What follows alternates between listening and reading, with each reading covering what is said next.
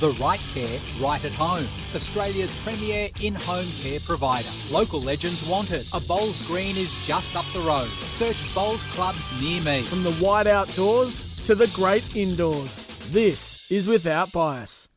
Hello and welcome to another edition of Without Bias. Val Febbo here with you for Bowls Australia on 1116 SEN, your home of sport. And of course, a Bowls Club is right around the corner. Search Bowls Clubs near me. Another big week on the show with the Oceania Championships team selected. The Australian contingent is going to be a performance pathways team, so not any of the right-at-home Jackaroos going, but they'll be from the right-at-home emerging and pathways Jackaroo squads. Last week, we had Jack McShane on after his indoors title, and another person that'll be going with him is his good mate and his Australian Open pairs winning teammate and fours runner-up teammate, Joey Clarke. Joseph, welcome to the show. Congratulations on your selection. How excited are you? Thanks, Val. Good day, how you going? Extremely excited. I think we got a bit of a taste of this sort of format at the National Development Series, and that was a great fun week. And now we'll be going with 9 other good mates and companions and bowls that are the ditch, and it should be really exciting. Really keen to get over there. So is it your first time going overseas to compete? Yes, it is. Yeah, so first time I've been lucky enough to go around Australia a fair bit to compete in different things, but no, never been overseas to compete. Well, you mentioned the National Development Series and how that prepared you for playing in these tournaments and you know, adhering to these tournament conditions. How much did that prepare you, and what did you take away from it? Well, took away from that, obviously it was a great week in Tweed-Heads, and you got to meet a lot of the squad members. In terms of preparing us for New Zealand, I now have an understanding of particularly a couple I played with that I believe are going in Beau and that, and got to get to know them, know how they play in terms of preparing us for New Zealand, and just to develop a bond. But also, in just what I learnt and took from that is being just the teamwork environment. Individually might not have been my best week, but it's all about getting around a team and being a good team man and just building combinations with those people that you might be progressing through with in the squads in future years. I absolutely love that, and you'll be playing with Beau, who's going to be joining the show right after you, Jack McShane, who you're very, very good mates with, and Cohen Litfin. So that's in the fours, and in the pairs, you get to team up with your good mate Jack McShane again. How excited are you to pair up with him once more after what happened at the Australian Open, considering you two know each other pretty well now? And, what's that going to be like for you to go overseas and team up with someone who you've come through the ranks with? It's really special. We've developed a really good friendship and mateship, and it's a reward for what we've done together, and I'm really excited to further that combination. Obviously, the success at Gold Coast was extremely exciting, and it's going to be exciting to have our first probably pairs game since then. And it's not only just great for us two to keep playing with each other, but I feel like it's just going to be good for in terms of knowing how we play, knowing each other, and just to keep playing with him is going to be great with the form he's in, obviously doing extremely well at the indoor. It's going to be pretty special to play with him again, and I can't wait. And you'll be up in the fours, as I said, with Beau and Cohen Litfin as well as Jack. How excited are you to team up with Beau and Cohen in addition to Jack? Because that's a pretty good foursome that you've got there, and especially the fact that you guys are going to be donning the green and gold together. That's pretty exciting. Yeah, it's really special. Like, all of us obviously have aspirations to further our position in squads and eventually play, hopefully, for the right-at-home Jackaroos one day.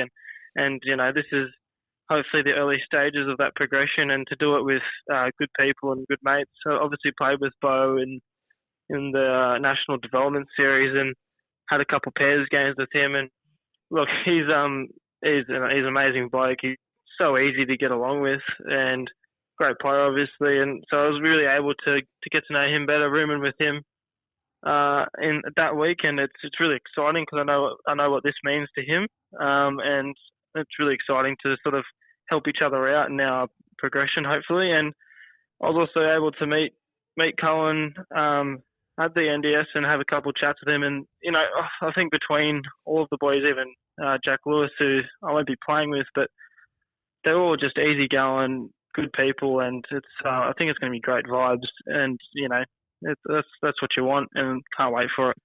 I think that's what the hashtag for this Australian team is going to be, great vibes, because even across the women's contingent, there's a lot of good people there. But one thing that I want to ask you is to don the green and gold. This is something, you are very young, but it's something that you get to do. And what does this mean to you personally? Oh, it's huge. It's it's the first opportunity to wear the green and gold and compete representing the country.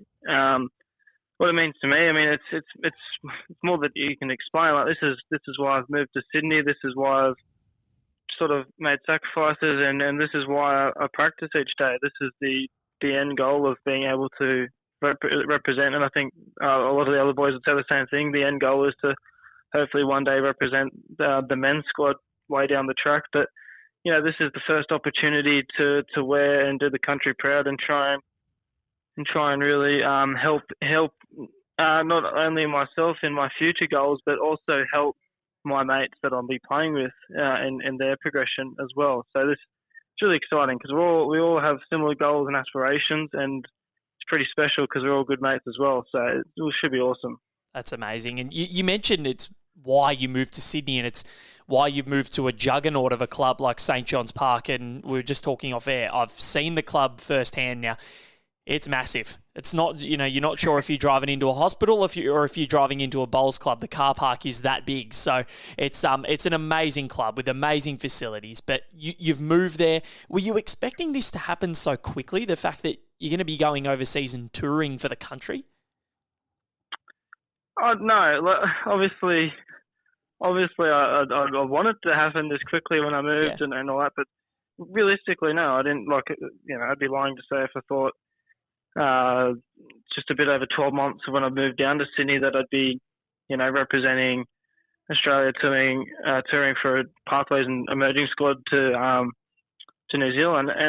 But that's a credit to the people that have got me to St. John's. That's a credit to the time and the opportunities that they've given me throughout the 12 months of being here. And I'm just really forever grateful for I've mentioned on the podcast before Anthony Cotty and Twisty and Fergo and what they've been able to do for my development, and being around experienced people like that probably fast-tracked that development quicker than I imagined. Well, that was what I was going to ask you. At St. John's Park, you've got Anthony Cotty, who's heading up the whole bowls operation there. He's a gun.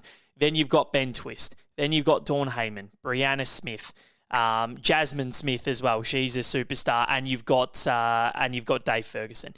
How much will you lean on them in the lead up to this Oceania challenge to get some advice about playing internationally and coping with the pressures of an international tournament?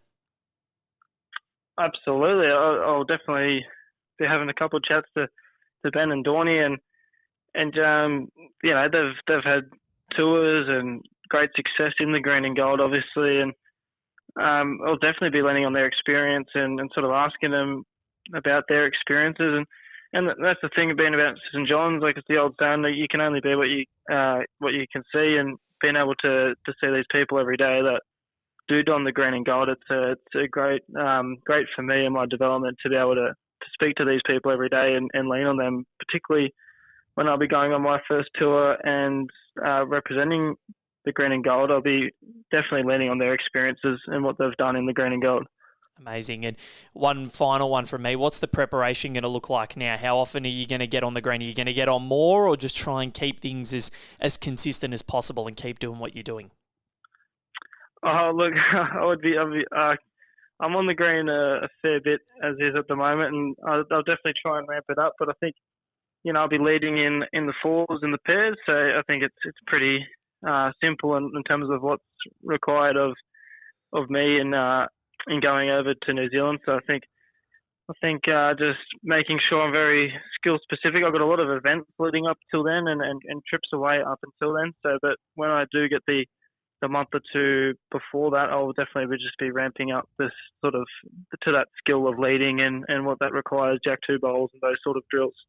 Amazing. Well, Joey, it's been an absolute pleasure chatting with you once again. You're a star in the making, mate, and what we've seen from you over the last couple of years has been nothing but impressive. So thanks for joining me again. Congratulations on the selection for the Oceania Challenge. Nobody deserves it more, mate, and I look forward to seeing you in action over there in New Zealand. Awesome. Thanks, Val. Appreciate you having me on. Joseph Clarke joining me on Without Bias. Absolutely wonderful to have him on the show and talk about his inclusion in the Oceania Challenge later on this year in November. Looking forward to seeing how he goes.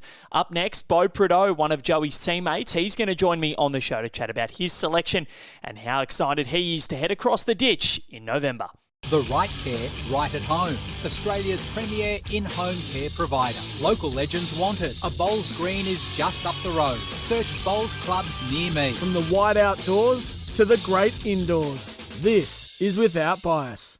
You're listening to Without Bias. Val Febbo here with you for Bowls Australia on 1116 SEN. A bowls green is right around the corner. Search bowls clubs near me. We chatted with Joey Clarke before just about his selection for the Oceania Challenge, and another right-at-home emerging jackaroo in Beau joins me on the line because he is going to New Zealand in November as well. Beau, welcome to Without Bias and congratulations on your selection. Thanks, mate. I really appreciate it. Thanks for having me on, and I'm bloody over the moon. Could not believe it. As you should be. It's pretty amazing. You're going to be over to New Zealand in an overseas competition. How excited are you? I'm absolutely pumped, mate. I honestly cannot wait to get the uniform on and can't wait to rip in. Let's trot. Let's trot indeed. Now, to don the green and gold for the first time in your career, how proud are you the fact that you're an emerging jackaroo, so you haven't quite gotten to the full jackaroo status, but to be able to represent the country before you get there, how proud are you of yourself? I'm pretty chuffed, mate. Like, been bowling for 17 years, like been putting in more hard work and stuff, like rolling up a fair bit. And I've got to thank, like, a lot of my support as well, like my coaches and the club and my family for, like, pushing me and everything too. So, yeah, I'm pretty happy for myself and I'm happy for everyone else as well that's helped me get to here. As you should be. And you're bowling at a pretty darn good club at Cabramatta, which is an absolute juggernaut over there in Western Sydney. Had the pleasure of seeing it last week for the first time. And it's a wonderful club, wonderful facilities and great people there. And you've got the likes of Aaron Wilson there, as well as Gary Willis, Karen Murphy, Alan Fife, and Carl Healy as well. How much will you lean on them in terms of experience internationally and in terms of how to deal with the rigours of an international competition? Yeah, it's awesome having them there. Like you said, you can lean on them, ask them for advice, and they've got plenty of experience between a whole lot of them. Like, it's unbelievable. So yeah, I'll definitely be asking them for a few tips and getting on the green with a few of them as well, trying to get ready and pumped to go. And how much did the National Development Series help you in terms of, taking things from these tournament conditions? And, what preparations or what advice did you sort of take from that tournament to try and to gain on before you go away? Yeah, so the Development Series was awesome again. Like, it's the second one I've been to, and yeah, like, it's just, game after game, like, you've got to be fully focused. As soon as you finish the game, you've got a bit of time to, like, regroup. If you've had a loss, try and work things out, and yeah, you're straight back into it. So yeah, like, just mentally preparing yourself and getting ready to go, really. And how much did it help sort of getting to know a lot of these guys that you're going to be travelling with? In fact, the players that you're going with in Kira Burt, Chloe Morrison and Jack McShane, all three of them were in your red team that you're going to be heading over with. So how nice is that, the fact that you know three of them fairly well already, plus all the other people that you're going with? Yeah, it was awesome playing with them, like, we had a great time and we actually ended up winning it. So, like, it's a good feeling, and having them there as well, like, yeah, it's unbelievable. So you're going to be leading the triples for Jack Lewis and Cohen Litfin, and then you're going to be second in the fours for leading is Joey Clarke, third is Jack McShane, and skip is Cohen Litfin. How pumped are you to play with those guys? Because all of them are sensational bowlers and sensational people. So how pumped are you to, suit up alongside them? That's it, mate. I'm actually, words can't describe. Like, it's a gun side, the men's and the ladies. It's an unbelievable side, and yeah, like you said, I am absolutely pumped to go, and I can't wait to rip in with the whole lot of them. They're all great blokes, great ladies, and great teammates, and I'll back every single one of them, and I reckon we're all ready to go. Sounds good, and. Now, travelling overseas, definitely not easy in terms of, you're going to a foreign environment and all of that sort of stuff. But what excites you the most about heading over to New Zealand? So I've been over to New Zealand a few times because I got a fair bit of family over there, and just the playing over there in different conditions. The greens are a fair bit quicker as well over there, so I'm pretty excited to get onto the greens, and also my mum moved over there 6 years ago, and I haven't seen her for 6 years too. So I'll get to see her for the first time. She actually got picked for the Maori side as well. So yeah, it should be pretty cool. Wow! So you haven't seen your mum in 6 years, and this will be the first time that you'll see her. Yeah, can't wait.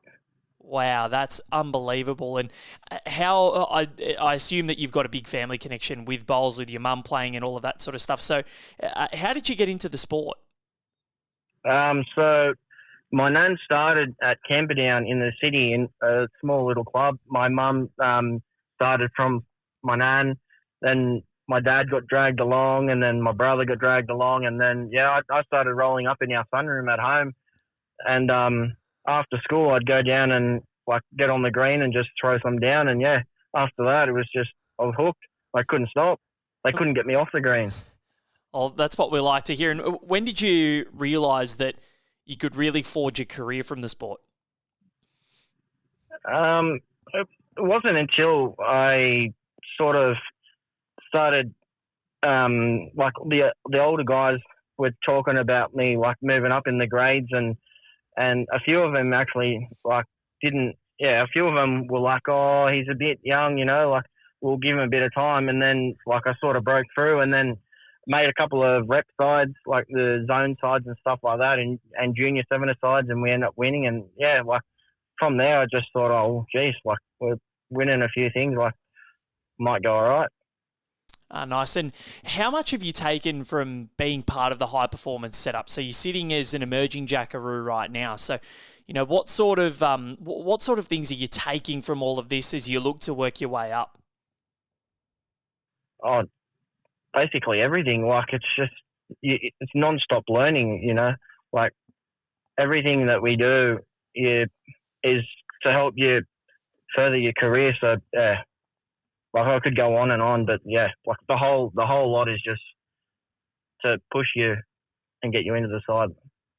Amazing. And at Cabra, how proud are they of what you've achieved? Because obviously there's so many people at your club that have achieved greatness, but to see someone like yourself that's on the younger side and is performing at such a high level and getting picked for these tournaments, they must be super proud of you and what you've achieved there. And you mentioned that a lot of people have helped you get to where you are. So, talk to us about who those people might be and how proud they are of what you're achieving at such a young age. Yeah, so there's quite a few at the club that are pretty happy, I play a fair bit of bowls with Carl Healy as well, and he was pretty excited when he seen me. He congratulated me, and he was pretty happy. My brother, my sister, my dad, my mum, all my family, they're all pumped for me as well. They did all the hard work, driving me everywhere and pushing me, and and all the coaches as well. I can't thank them enough as well. All the coaches, Kaz, Gaz, and everyone in the top side for just pushing me. Nice. And what's the next few months going to look like in terms of prep for this event? So how much will you will you be rolling up more, or will you be rolling up like same amount, or how's it all going to look for you? I'll be getting onto the green a bit more, like at least 2 or 3 times a week, and I'll be probably getting a couple of lessons as well off Carl Healy as well, just to make sure that everything's ready to go for when I head over. He's one of the best bowls minds, isn't he, Carl Healy? So that's definitely one that you should be bookmarking. Get onto him and make sure that he gets you ready for New Zealand in November. But Beau, thank you so much for joining me on the show. It's been an absolute pleasure chatting bowls with you and chatting about your career and what's coming up. You absolutely deserve it, mate. So looking forward to seeing you in New Zealand. Thank you. Thank you very much for having me, mate. Absolute pleasure. Beau Prideaux joining me on Without Bias. He's an absolute ripping fella, and I can't wait to see how he goes in New Zealand later on this year. And a great little reunion with his mum, who he hasn't seen for 6 years. Could not imagine that. So good luck to Beau, and I hope it all goes well for him. As I said, he's a great bloke. So looking forward to the Oceania Challenge in November. But that's all we've got time for on Without Bias. A big thank you to Beau and Joseph Clarke for joining me on the program this evening. If you want to catch up on recent episodes, head to Bowls Australia's YouTube channel, as well as Bowls Australia's social media channels, Facebook, Instagram, X, LinkedIn, and as I said, YouTube. And also subscribe to The Right Line, Bowls Australia's official podcast as well. You can do that wherever you get your podcasts. All good podcast pages will have it on there. But from me, Val Febbo, it's good night, and we'll catch you next week on Without Bias.